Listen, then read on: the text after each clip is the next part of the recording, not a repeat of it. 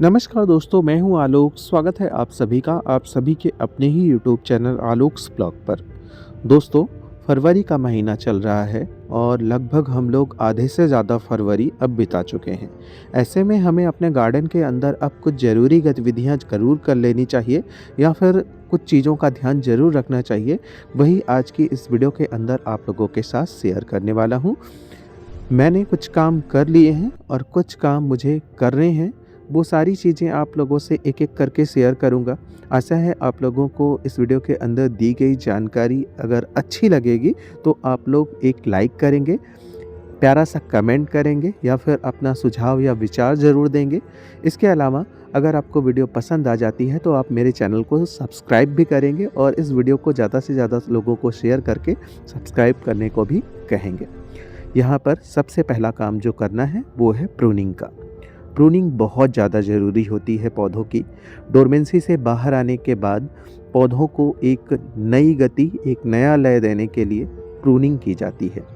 ऐसे में जो डेड टिप्स वाले यहाँ पर शूट्स होते हैं, उनको जब हम कट कर देते हैं तो नीचे से जो नई शूट्स आती हैं वो ग्रोथ और फ्लावरिंग लेकर आती हैं। मैंने अपने कुछ पौधों की प्रूनिंग, हार्ड प्रूनिंग या सॉफ्ट प्रूनिंग जो भी मुझे करनी थी, लगभग मैं कर चुका था। कुछ पौधों की प्रूनिंग बची हुई है, वही आज भी मैं कर लूँगा। मतलब आज संडे का दिन था तो मेरे पास कुछ समय था। ऐसे में इस समय का सदुपयोग भी मुझे करना था, तो मैंने बचे-खुचे पौधों की प्रूनिंग कर ली। प्रूनिंग करने के बाद उनकी मिट्टी की गुड़ाई करी और मिट्टी की गुड़ाई करके उनको खाद भी दे दिया। प्रूनिंग के बाद जो ब्रांचेज़ निकलती हैं, आप चाहें तो उनकी कटिंग भी लगा सकते हैं। डोरमेंसी में हमारे एक पौधा नहीं जाता है, लगभग सारे पौधे ही डोरमेंसी में जाते हैं। जितने हमारे पास परमानेंट प्लांट्स होते हैं, कुछ समय के लिए हमारे सारे पौधे डोरमेंसी में जाते हैं और जब वो डोरमेंसी में बाहर आते हैं तो इस तरीके से प्यारी-प्यारी कोपलें बाहर झाँकती हैं, नई पत्तियों के साथ, नई तरंगों के साथ वो फिर से आगे बढ़ने का प्रयास करती हैं।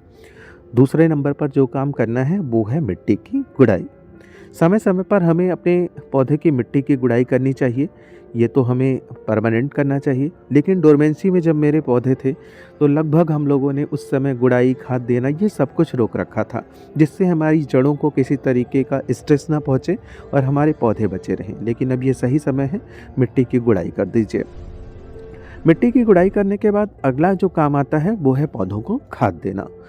पौधों को उचित वृद्धि, उनके अंदर फूल पाना या फिर फल पाने के लिए समय-समय पर इनको खाद देना ज़रूरी होता है और जब डोरमेंसी से ये बाहर आते हैं तो ऐसे में इनकी एनर्जी को बूस्ट करने के लिए हमको खाद देने की ज़रूरत पड़ती है।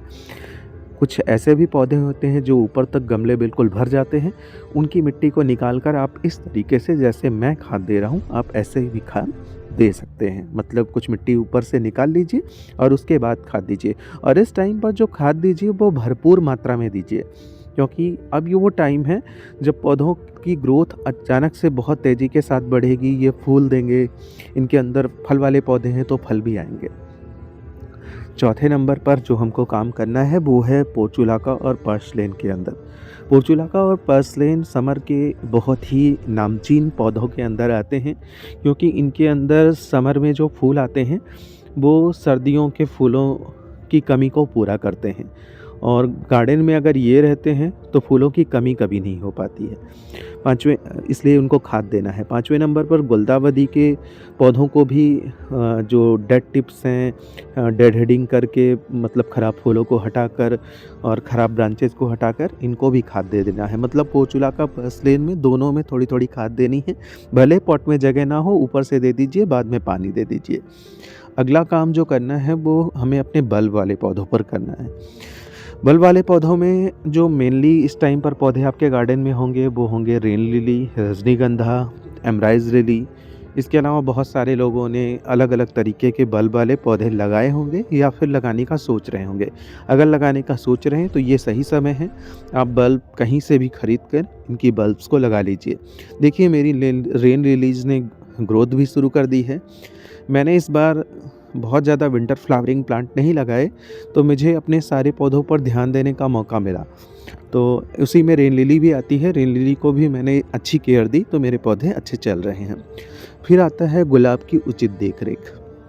गुलाब एक ऐसा पौधा है जिसे केयर की ज़रूरत होती है। भुक्खड़ पौधा भी होता है और समय-समय पर इसको ध्यान भी देना होता है, जैसे कि शेड में रखना, कीटनाशक और फंगिसाइड का छिड़काव ये करते रहिए।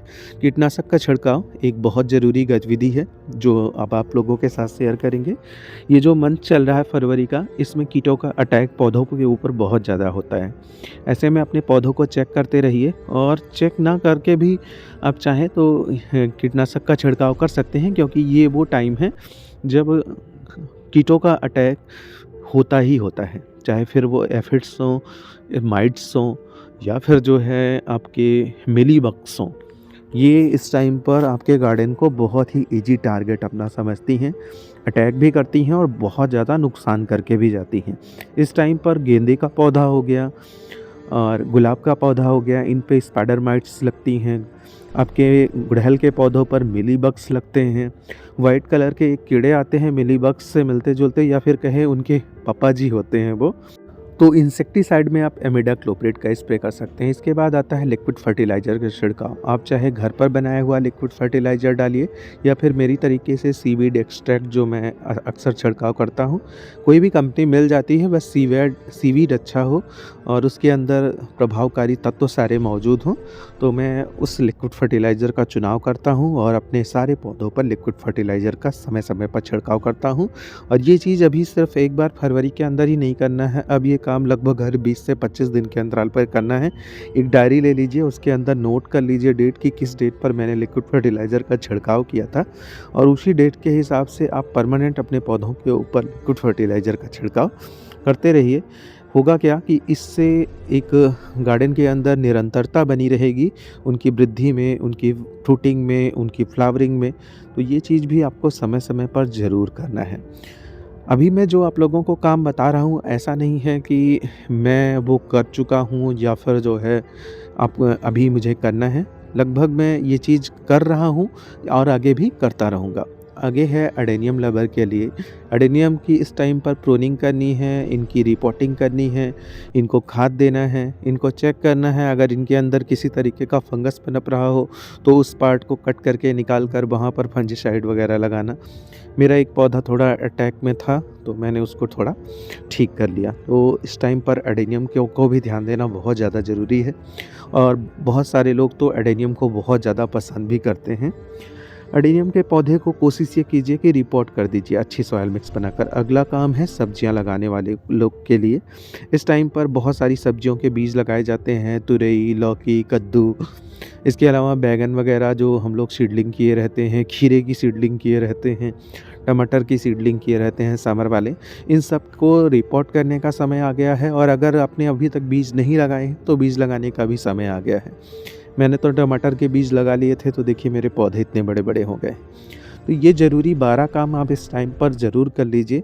इससे आपको काफ़ी ज़्यादा रिलैक्स होगा और आगे गार्डनिंग करने में आपको काफ़ी ज़्यादा आसानी होगी। आशा है ये वीडियो आप लोगों के बहुत ज़्यादा काम में आएगी, और अगर आपको वीडियो अच्छी लगेगी तो आप लाइक, कमेंट, शेयर भी ज़रूर करेंगे। चलिए इस वीडियो को यहीं पर एंड करते हैं। मिलते हैं आप लोगों से किसी नए वीडियो में, किसी नए टॉपिक के साथ। तब तक के लिए अपना और अपनों का ध्यान रखिएगा। Bye bye and take care.